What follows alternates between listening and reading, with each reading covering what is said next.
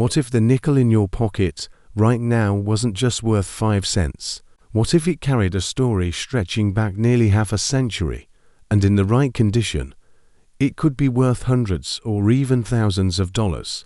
That's exactly the case with the 1980 Jefferson nickel, a coin that at first glance looks ordinary, but has a fascinating history. And for collectors, the right examples can be surprisingly valuable. Let's start with some background. The Jefferson nickel has been a staple of U.S. coinage since 1938, when it replaced the Buffalo nickel. Felix Schlock, a German-born sculptor, won the design competition held by the U.S. Mint, and his artwork has been at the center of American pocket change ever since. On the obverse, or front, of the coin, we see a left-facing portrait of Thomas Jefferson, the third President of the United States, and the principal author of the Declaration of Independence. On the reverse, you'll find a detailed image of Monticello, Jefferson's famous Virginia estate. This pairing of Jefferson's profile and his home has made the nickel one of the most recognizable U.S. coins of the 20th century. By the time 1980 rolled around, the Jefferson nickel had already been in circulation for more than 4 decades. It had weathered design adjustments, the World War to Silver War nickels between 1942 and 1945, and subtle changes in strike quality across different decades. But the coin's essence remained the same: Jefferson on the obverse, Monticello on the reverse, and a place in the everyday lives of millions of Americans. Now, let's zoom in on 1980.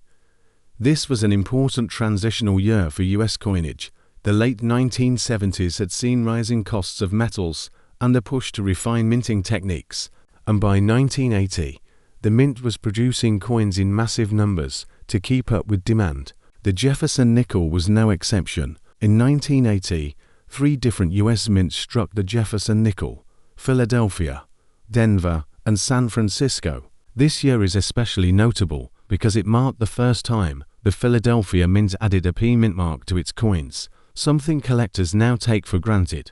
Before 1980, Philadelphia coins typically carried no mint mark at all, which made it difficult for collectors to trace the origin of their coins. So, when you see a 1980 nickel with a P mint mark, know that it was the first year in U.S. history that this practice was adopted.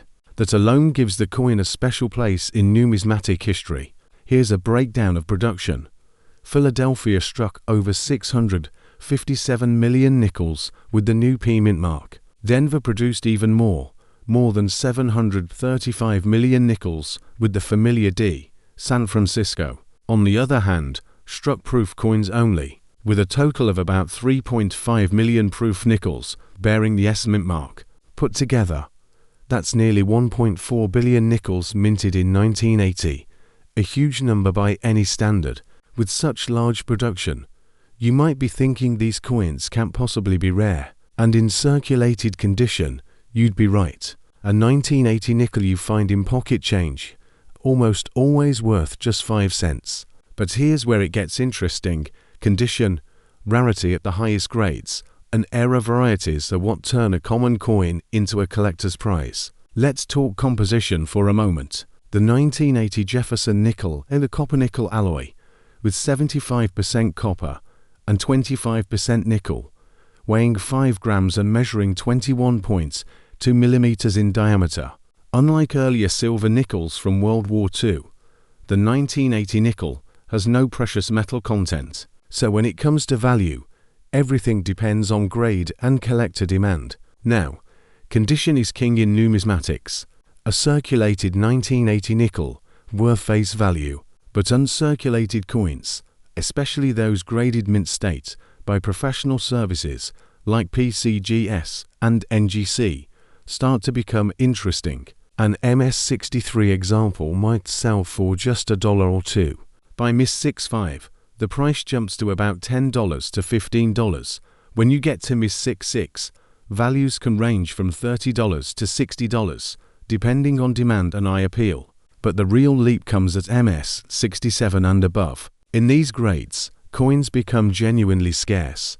A 1980 P nickel graded MS-67 has sold for over $500 at auction, and a 1980D in the same grade has reached similar levels. If you ever come across one graded MS67 Plus or MS68, you're looking at a true rarity that could sell for over $1,000. Proof coins from San Francisco have their own market. A 1980S proof nickel in PR67 is worth around $5 to $8, but higher grades like PR69 Deep Cameo can reach $20 to $40. Perfect PR70 Deep Cameo examples are the real prizes, often commanding $200 to $400, depending on demand and the strength of the strike. Collectors especially look for those with deep mirror fields and frosted devices, which make the coin visually striking. But where things get really fun for treasure hunters are the eras and varieties. Era nickels are some of the most collectible in modern coinage. For the 1980 Jefferson nickel, you can find examples with off-center strikes, where part of the design is missing because the planchette wasn't aligned correctly. Depending on how dramatic the off-center strike is, values can range from $50 to several $100s. There are also double die-obverse varieties, where the lettering or Jefferson's profile shows signs of doubling. These are much less common, but can sell for strong premiums if authenticated. Missing clad layers, although rare on nickels compared to dimes and quarters, have been reported and can fetch hundreds of dollars, struck through errors, where a piece of debris got between the die and the planchette, can also bring in serious collector interest. Another fascinating point is the first year P mint mark itself. Since 1980 was the first year Philadelphia used the P on nickels, some collectors focus heavily on finding the best possible examples of this coin to commemorate the milestone. This makes high-grade Philadelphia nickels especially attractive at auction. To put this into perspective, let's look at some auction records. A 1980p Jefferson nickel-graded MS67 Plus by PCGS sold for nearly $1,500, setting a benchmark for the series. A 1980D in MS67 has sold for over $700. Even proof nickels have surprised collectors, with perfect PR70 Deep Cameo examples hitting $400 to $500, and era coins, depending on severity, have crossed the $1,000 mark when the right buyers are competing. So, what does all this mean for you? If you come across a 1980 Jefferson nickel, don't dismiss it as just another 5-cent coin. Look closely at the mint mark. If it has a P, remember you're holding the first ever Philadelphia mint marked nickel in circulation. If it's in great condition with sharp details and little to no wear, it might be worth getting graded. And if you spot something unusual doubling, off-center designs, or strange surfaces, it could be an era coin worth far more than face value. At the end of the day, the 1980 Jefferson nickel reminds us that even modern coins can have hidden gems. Most people see a nickel and think nothing of it, but collectors know that history, condition, and rarity all come together to create value. The thrill of finding that one coin in pristine shape, or discovering an era that few others have, is what makes coin collecting so exciting. So the next time you're going through your change, pay attention to those dates and mint marks. The 1980 Jefferson nickel isn't just another coin, it's a milestone in US coinage history. And in the right form, it could be worth far more than its 5-cent face.